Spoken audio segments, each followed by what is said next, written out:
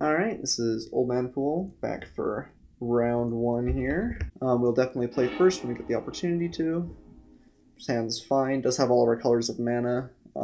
Doesn't have one of our signets, which is what we're hoping for, but we have Serum Visions, we may be able to find one. And we can play an Evil Twin on turn 4, which means we'll at least have his best creature at that point. So I think we do keep.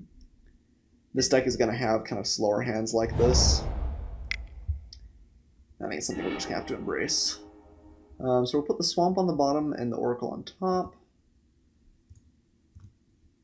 And pass back to my opponent here.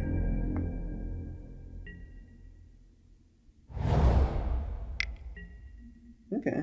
Opponent also on the ramp scheme here.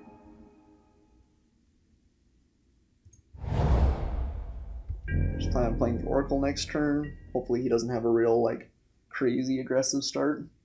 Like Hungry Spriggan or something is probably one of the worst things that he could have right here. Turn 2 Spriggan is pretty bad for a lot of decks, and this is one of those decks.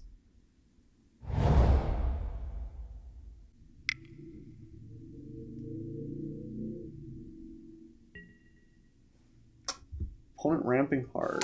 Okay. Another Pilgrim. Hopefully this isn't a Craterhoof deck. That was truly glorious when I played it, but would be completely unfair for anyone else to play, of course. Play Seagate Oracle here. And at least have a blocker for whatever these Pilgrims are going to make. Ooh. Do we want both of those? Probably. I guess we can only take one with the Oracle, though. So I wonder which is better. Agony Warp or Putrefy? Probably the Agony Warp. Yeah, I don't know. Depends on how big a creature he plays. We do have the Evil Twin, which can kill off something. Agony Warp will make us a little bit better in combat. It lets the Seagate Oracle trade with something, maybe. Maybe we just want the Putrefy, though. Next turn, we play the Signet, keep Putrefy up. Next turn, we probably play Evil Twin. Depends on what he's got, though. I guess we'll take the Putrefy here. It's a little bit more all-encompassing than the Agony Warp. We're maybe not hoping to really get into a combat here. I'm worried he's going to play something big, so we'll take the Putrefy. I can see arguments for both cards there. Both of those would have been fine draws.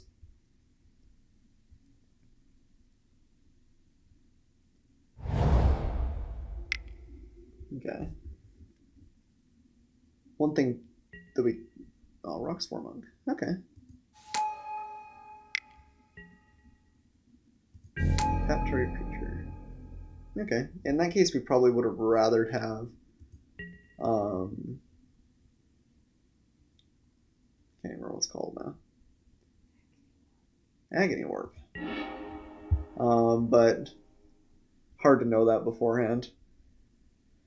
So we can play the Boros Signet and just hold up Putrefy, or we can play the Evil Twin. If we play the Evil Twin on the War Monk, he taps ours down, but then next turn we can kill his. That's probably our best play. And we take a little bit of damage here, but not tons. And then next turn we can play the Signet and Putrefy. Or we can use the Evil Twin effect and Putrefy. Seems pretty okay. Getting rid of his War Monk and having one of our own seems not bad. It's kind of amusing to think of a War Monk, this like righteous warrior, having an Evil Twin, but maybe it's just appropriate.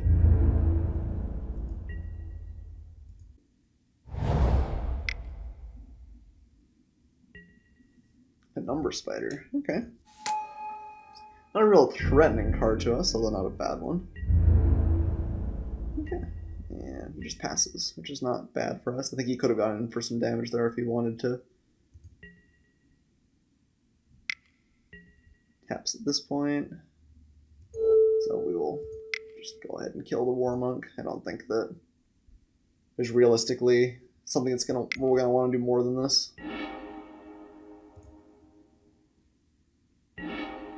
Okay. And I guess here we probably play Hold Up Putrefy. Do we care about Putrefy all that much?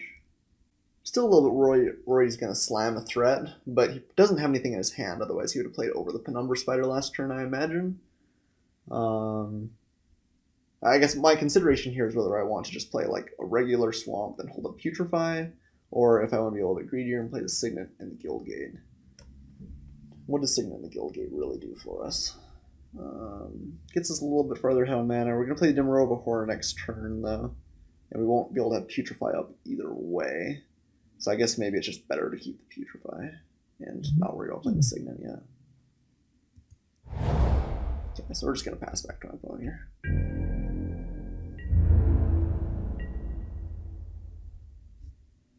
So again, he can get in for a little bit of damage if he wants here, but if he has anything real crazy, we have the Putrefy for it. 6, 7. So my opponent's sitting on 7 mana, so we could very well just be dead to Craterhoof in not too long. Looks like something big here. Uber's Protector. Okay, well, we're glad we kept the... Well, actually, I guess we just want to horror away the Angel.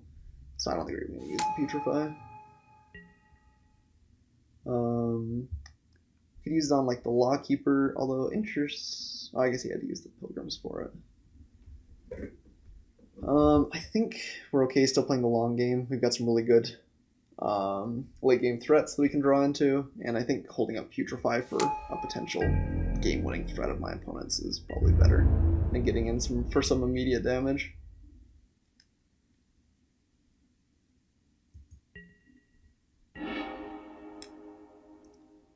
Alright, so we'll play our Horror here and just get rid of the Angel and make him discard his last card. What a beating. This card is stupidly good. Against tokens, it's even better.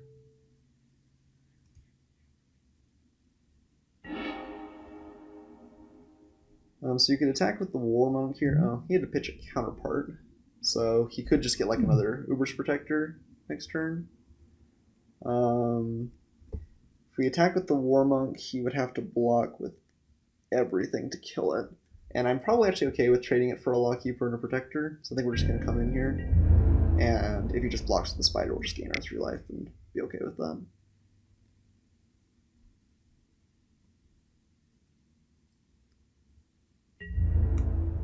I imagine that's his straightforward block, yeah.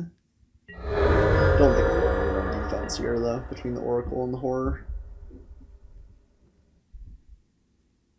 That might be a little bit rash, considering that he's drawing a card, but I'm not even really sure what punishes us badly there. Okay.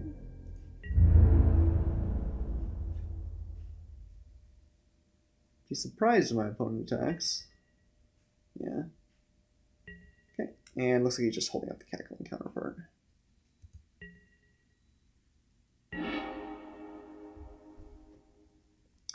So we could probably play the long game here, play the Wall of Frost, and then plan on grasping his Angel next turn. We take a little bit of damage from it, but I don't think we really care. Alternatively, we can swing in here and offer to either trade for the Angel or just kill it with Putrefy. I guess let's maybe go to attacks and see what he does.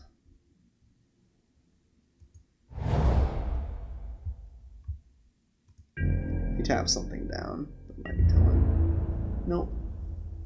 So he's got the 1, 2, 3, 4, 5, 6, 7. So he's definitely thinking of just creating another Uber's Protector, I imagine.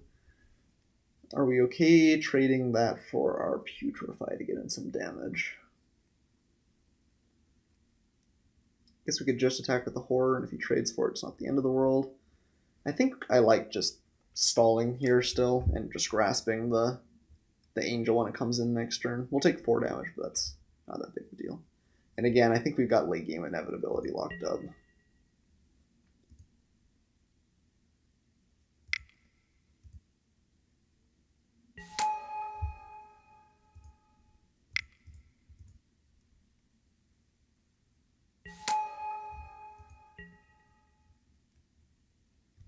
Cacklings.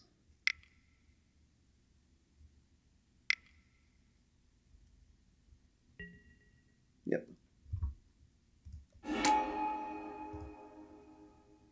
Again, still definitely dead to Craterhoof. We just, I think, have to hope he doesn't have it here. Sky Swallower is also bad for us, but...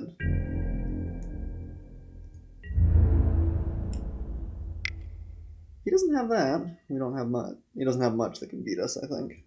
Just take it.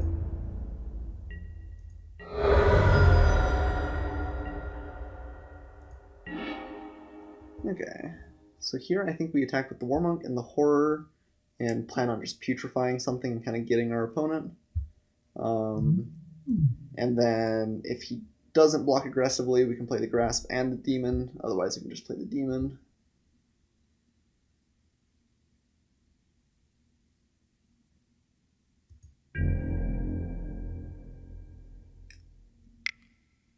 Okay, gonna tap something down. Okay.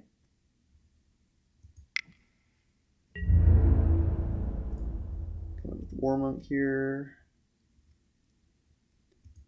Get a little bit of value.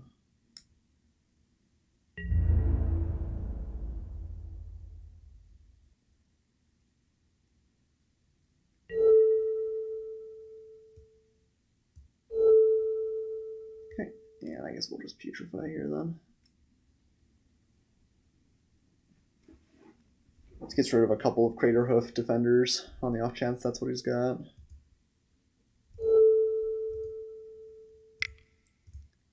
Trading a bunch of half a cards, but I think that's fine.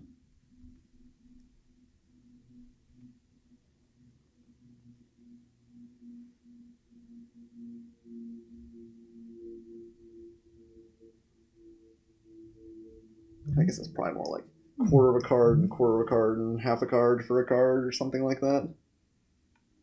I don't even know if these are a quarter of the card. You're really just paying for the angel.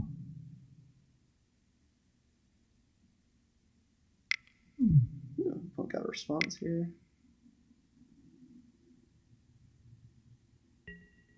Mystic Genesis. Okay, that's pretty good.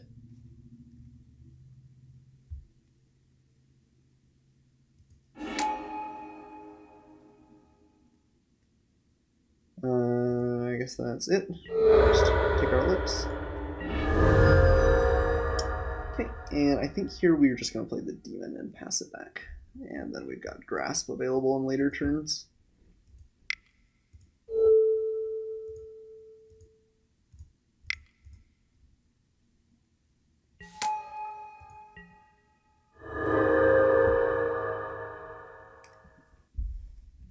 So that was a good play on my opponent. We're still just really threat rich, though. We have a lot going on. Maybe we need to up our play speed just a little bit. Especially if our plan is to go long in a lot of these matches. We need to play a little bit more competently with our clock. And I mean, he's got a lot of stuff to get through here. One just passes. We'll play an Augur first. See if we hit anything off that.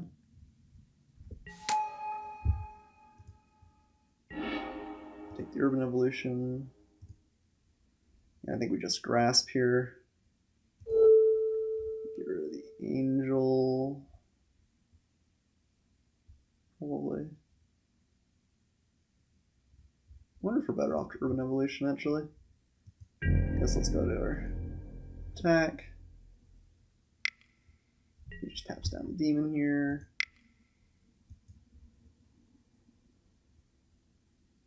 We don't have real fantastic attacks here. I guess we're just going to Urban Evolution.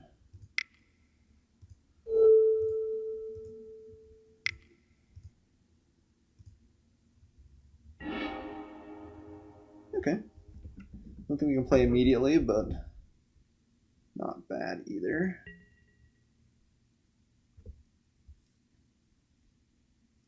My opponent's definitely gone wide here. He has a lot of stuff. Depending on if he's really playing towards it, he could have some not terrible terrible cards here. The +1/+1 trample for each creature you control ends up being a pretty big swing. My opponent's still drawing live. He's playing some big stuff every turn. Opportunity. Ooh, okay, that's quite good.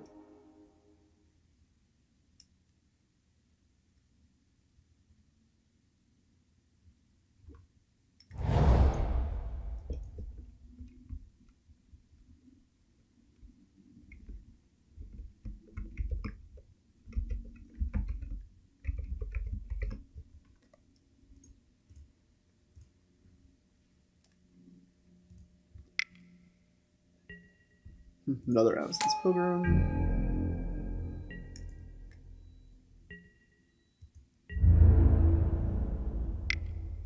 Ooh, greedy. Okay.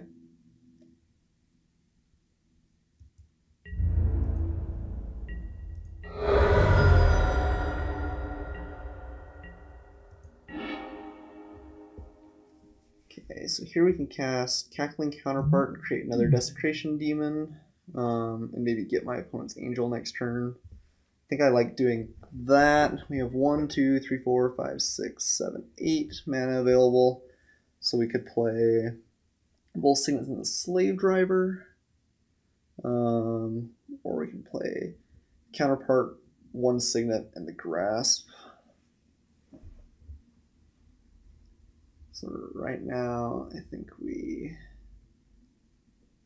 I guess if we grasp the Ooze, he might be suspicious.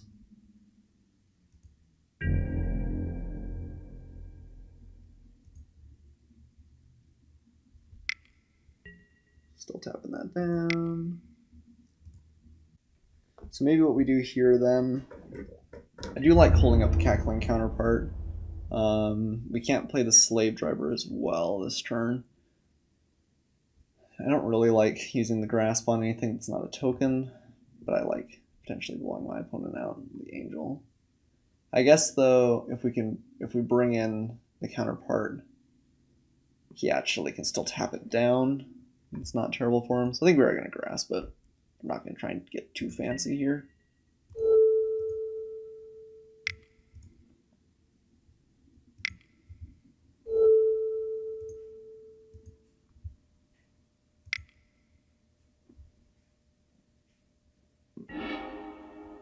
Okay, and then we'll play our Golgari Signet and hold up the Cackling Counterpart for the end of the turn.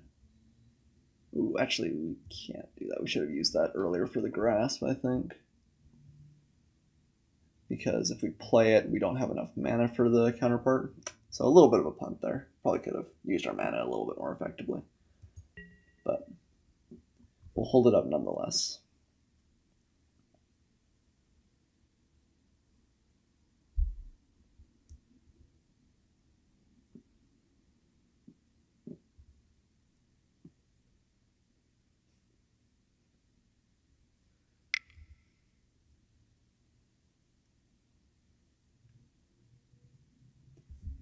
Still praying to all the heavens that my opponent just doesn't drop a Crater Hoof and kill us, but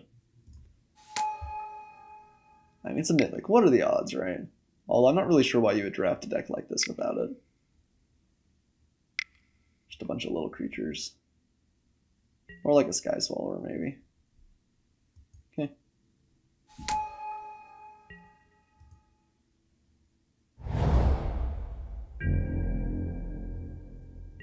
See if he doesn't sack.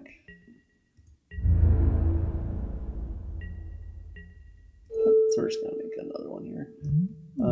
I think we're better off having a couple of demons rather than an extra Dinrova Horror. We have enough flicker things that... And he doesn't have to discard anyway if we get rid of a creature. I guess we could flicker in a Horror and get rid of the Lawkeeper. I wonder if that's better. I don't think so. I think we just want 2 demons.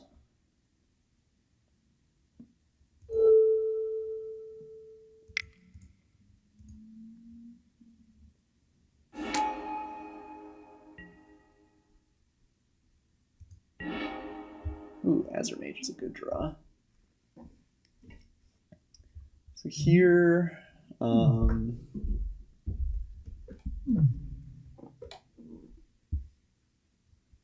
Go to combat. Opponent taps down one of them, I imagine.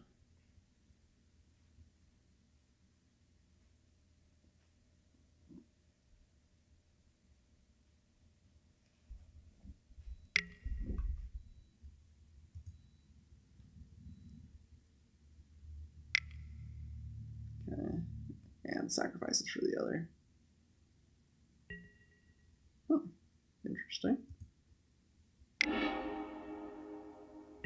So he wants to keep the Lawkeeper up. Okay, so just sacrificed. It's a Coiling Oracle, and what was the other one? Don't know what the other creature that he died was.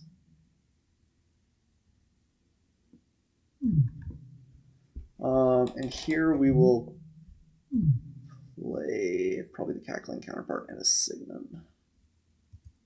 And just keep making 7/7s.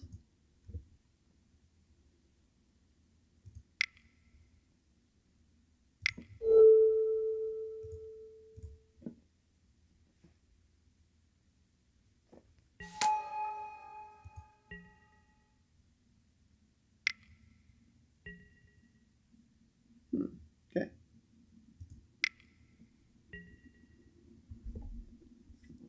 So I maybe hoping to get in for a big strike here. Gonna try and race us, which is fine.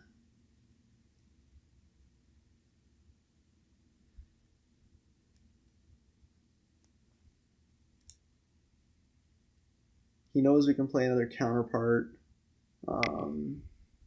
People taps down the wall. It's interesting, I might have actually tapped one of the other ones. The fact that we can bring this in instant speed means he can't tap it down, which is kind of nice.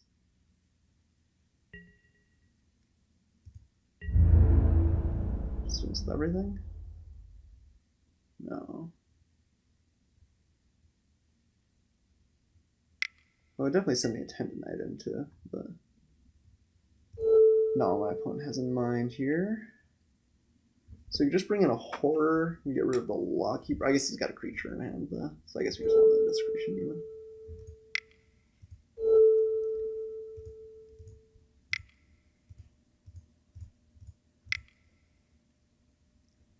He has another Mystic Genesis, maybe? I don't think you would play 2, though. Maybe. Snapshot Aster Mystic Genesis? That'd be pretty big.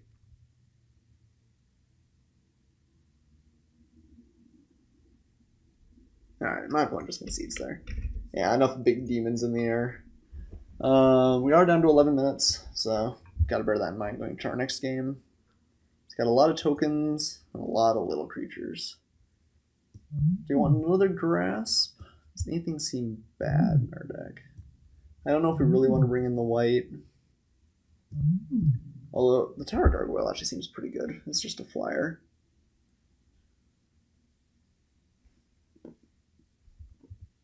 We're going to get pretty gunked up on the ground, I think. So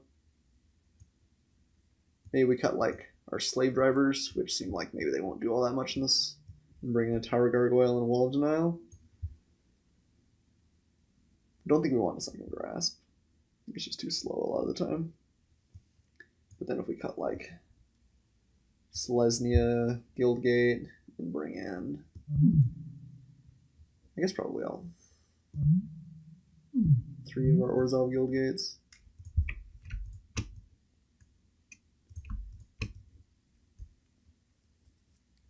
Okay, that seems alright.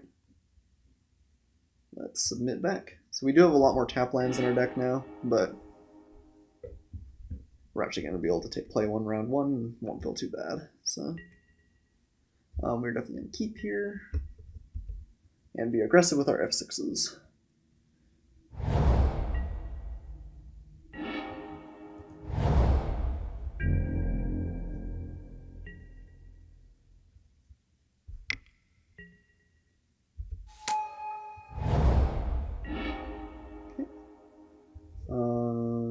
Could hold up Agony Warp here, but I think we'd just rather play a Signet and keep up the ramp. We are going to play another island though, because we might want to be able to rewind in our next turn.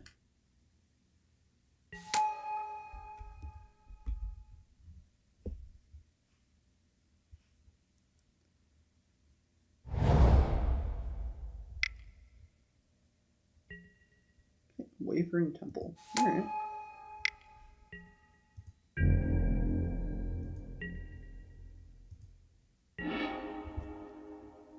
Okay, so I'm going to play an island here and have Agony Warp potentially to kill the temple, and also it's a potential rewind target. He might try and play a creature before to make the temple a little bit bigger, and we'll definitely counter that, and then Agony Warp. Oh.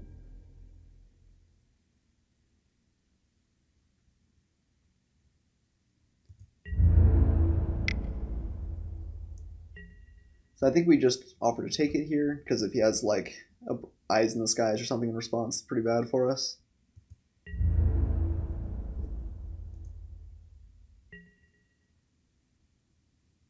Just passes.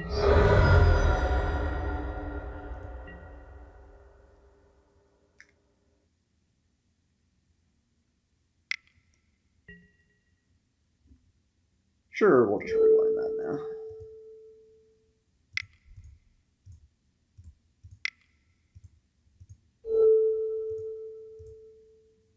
Next turn, I think we're going to play our Spire Monitor, so.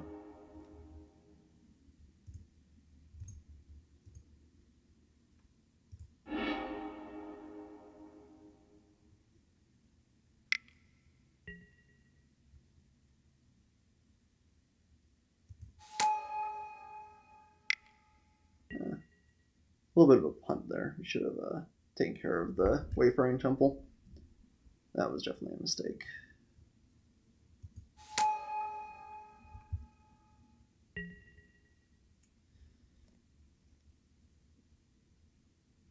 So we can play Agony Warp right now and kill the Lockkeeper and the Wayfaring Temple. Seems okay. And that just goes down to a 3/3. If he doesn't have anything, we can offer to block with the Spire Monitor. So we'll give that -3, -0, and that -0, -3.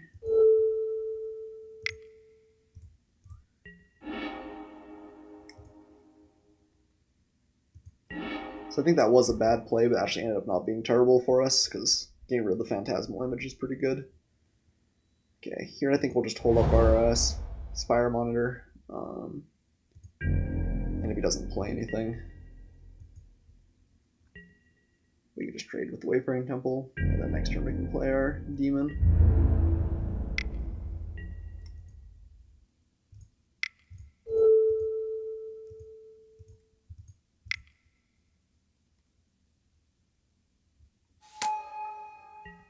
Again, Eyes in the Skies is like the nightmare here, but I think he probably would have used it last turn if he had it.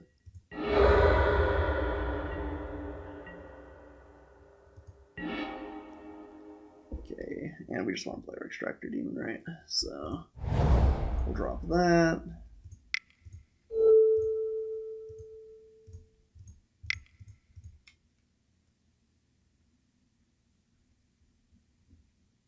And we're just going to mill ourselves here. I don't really think...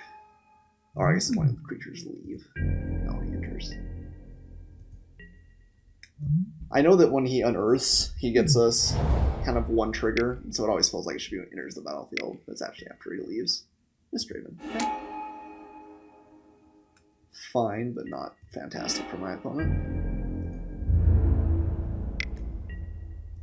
I guess he doesn't even get you a trigger. I don't know what I'm thinking about. This point, another creature does it. So my opponent sort of just time walked us there, but kind of a slow time walk too. So only got 1 point of damage in, and we still get our land. And opponents, I wonder how many Pilgrims he's playing in the deck. At least 3 we've seen. Okay, Protector's pretty good.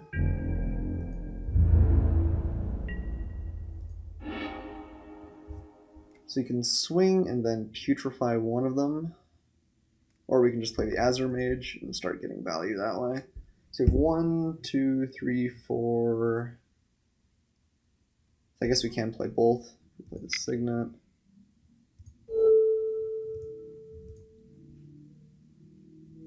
We can still draw a card with the Azure Mage.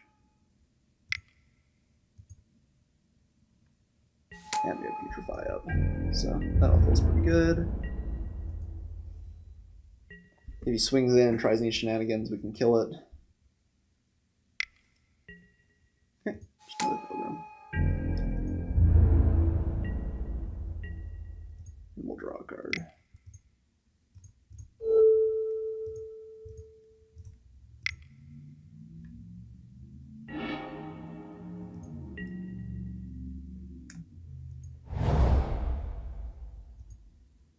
We're just going to draw here.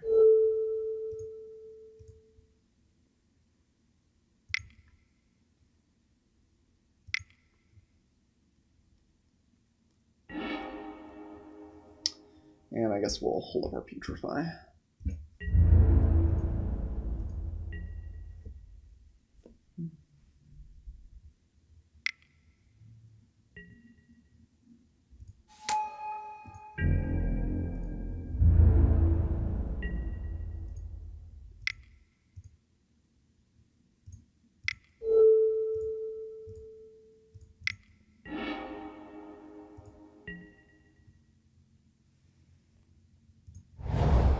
So drawing a lot of lands, but